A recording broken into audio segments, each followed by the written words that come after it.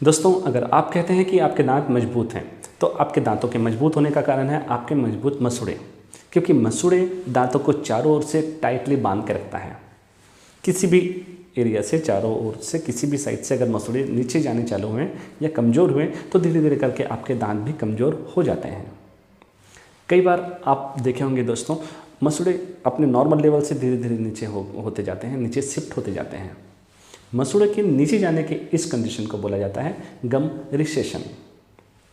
आज के इस वीडियो में हम जानेंगे दोस्तों मसूड़े के नीचे जाने का कारण, अगर आपके मसूड़े नीचे गए तो आपको क्या क्या परेशानियां आ सकती हैं और हम उसको कैसे ठीक कर सकते हैं।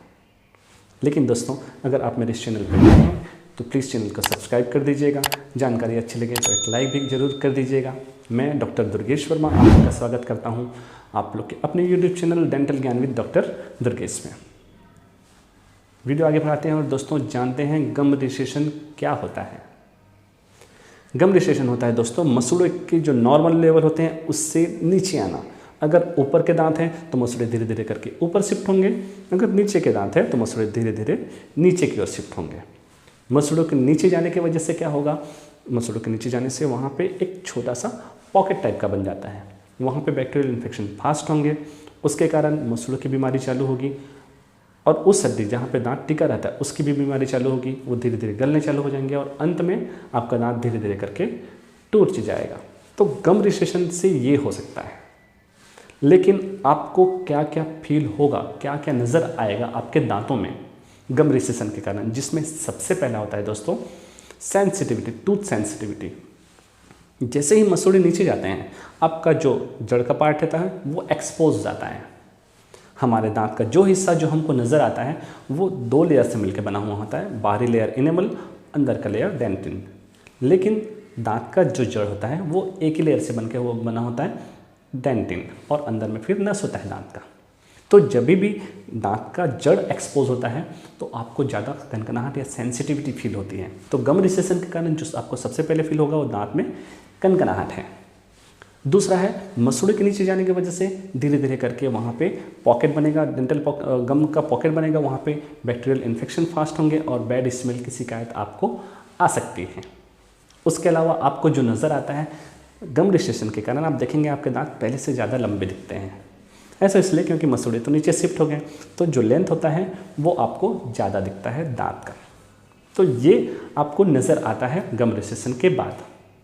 अब हम जानते हैं गम रिसेशन के क्या क्या कारण हो सकते हैं, जिसमें सबसे पहला कारण होता है बैड ओरल हाइजीन। दोस्तों, आप अगर अपने मुंह का और मसूड़े का देखभाल अच्छे से नहीं करते हैं तो आपको दांतों की बीमारी चालू होगी, मसूड़ों की बीमारी चालू होगी और मसूड़े नीचे शिफ्ट होते जाएंगे। प्रॉपर ओरल हाइजीन क्या होता है? प्रॉपर ओरल हाइजीन होता है अच्छे से ब्रश करना, सही टेक्निक से ब्रश करना। दोस्तों, आपको अगर जानना है सही टेक्निक क्या होता है ब्रश करने का तो ये वीडियो पे आप जाके ज़रूर देखिएगा। इसमें मैं आपको अच्छे से डिटेल में बताया हूँ कि आपको ब्रश कैसे करना चाहिए। सही तरीके से नहीं करें, जोर जोर से घिस घिस के ब्रश करते जाएंगे, मसूड़े वहाँ पे ख़राब होंगे, दांत भी खराब होंगे। तो सबसे ज़रूरी चीज़ है प्रॉपर ब्रशिंग करना और मसूड़ों में मसाज करना। अगर हम ये नहीं करते हैं, प्रॉपर ओरल हाइजीन नहीं रखते हैं तो हमारे मसूड़ों में इन्फेक्शन, दांतों में इन्फेक्शन तो आना ही है। जो दूसरा कारण होता है वो होता है पेरियोडोंटल डिसीज़। अगर हम मसूड़ों का ध्यान नहीं रखें तो धीरे धीरे करके दांतों के ऊपर पत्थर जमने चालू हो जाएंगे, जिसको टार्टर या कैलकुलस कहा जाता है। उसके कारण पायरिया होगा और मसूड़े धीरे धीरे करके नीचे शिफ्ट होते जाएंगे। तीसरा कारण होता है अगर आपके शरीर में कुछ विटामिन्स की कमी है। विटामिन्स की कमी होने की वजह से भी मसूड़ों के नीचे शिफ्ट होना देखा गया है। दोस्तों, अगर आप अपना हार्ड ब्रश यूज़ करते हैं, ब्रश करते समय जो आपका ब्रश है वो बहुत हार्ड है और उससे दांत को आप साफ़ कर रहे हैं तो आपके दांतों को भी उससे नुकसान पहुंचना है। दांत भी घिसते जाते हैं और मसूड़े भी नीचे शिफ्ट होते जाते हैं। तो ब्रश सिलेक्शन बहुत इंपॉर्टेंट है।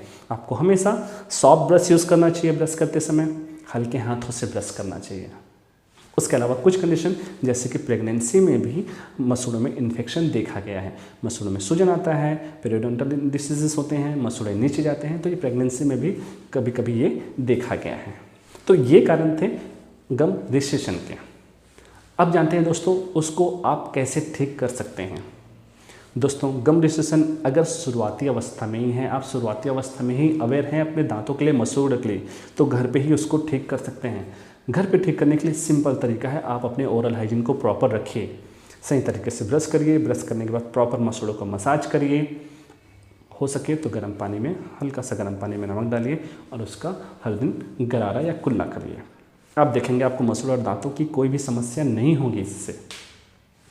लेकिन मान लो थोड़ा आगे बढ़ गया है गम रिसेशन, आप डेंटिस्ट के पास जाते हैं तो डेंटिस्ट आपके दांतों में स्केलिंग या रूट प्लानिंग का प्रोसीजर करते हैं, उससे भी शुरुआती अवस्था का जो गम रिसेशन है वो ठीक हो जाता है।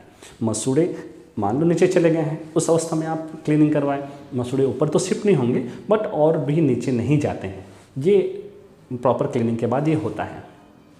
लेकिन अगर मसूड़े ज़्यादा नीचे चले गए हैं तो उस कंडीशन में क्या करते हैं, फ्लैप सर्जरी करके एक प्रोसीजर होता है, उसमें हम आजू बाजू के मसूड़े को थोड़े से कट करते हैं, कट करने के बाद उसको ऊपर चढ़ा के प्रॉपर उसको टाई कर देते हैं या टाका लगा देते हैं। ये एक अलग प्रोसीजर हो गया।